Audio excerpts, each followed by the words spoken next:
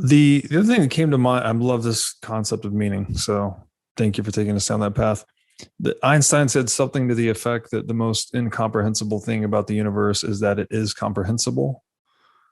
Um, and this concept of that I discovered, the title of the book, the Eternal Golden Braid. I don't know if you've heard of that book. Anyways, this concept, yes, the concept of isomorphism. Is that related to meaning?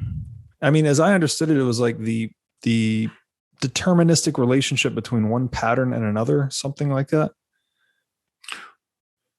Well, let's do an isomorphism on your show. Let's do it. Okay. What do you think about multiplication versus addition? So for example, I have the real numbers under addition. There's an identity element. There's an additive inverse. I can take the negative of a number to get another number. So if I add them, I'll get the identity element, which is 0. And I have an operation called addition, right? Okay. I have inverses. I've got an addition to combine two objects to get a third. And I've got a particularly distinguished object, which I can add to anything and doesn't change. Mm-hmm. Now I notice that under multiplication, that can't be true for the real numbers because 0 has no inverse. 1 over 0 doesn't work. So I say, okay, what if I restrict myself to the positive real numbers and avoid 0 and all the negatives? So is there an operation that keeps me within the positive reals that extends this concept of multiplication? Yeah, just multiply two positive numbers, I get a third positive number. Positive times positive is positive. Do I have an identity element? Yeah, 1. Under multiplication, 1 is the identity. Do I have an inverse? Sure, I can invert. As long as I get rid of 0, I can take something to the negative first power. And then if I multiply by my original number, I get the multiplicative identity.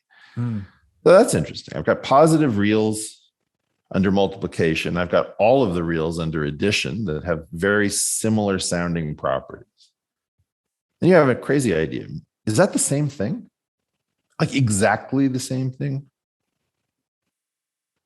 Well, if I take an exponential of a real number, I always get a positive real number.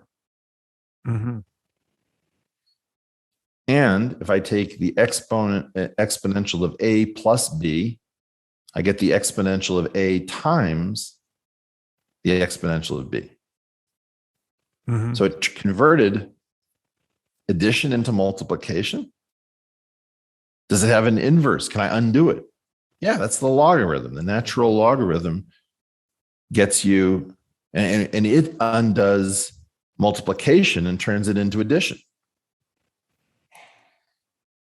So then you realize, oh, the exponential and the natural logarithm are what we would call group isomorphisms between those two structures, the real numbers under addition and the positive reals under multiplication, are exactly the same structure, hidden from you. Mm-hmm. That's a great example of an isomorphism. It wasn't obvious to you at the beginning that they were the same structure. Wow. Wake up and smell the math. Yeah, that is so freaking cool.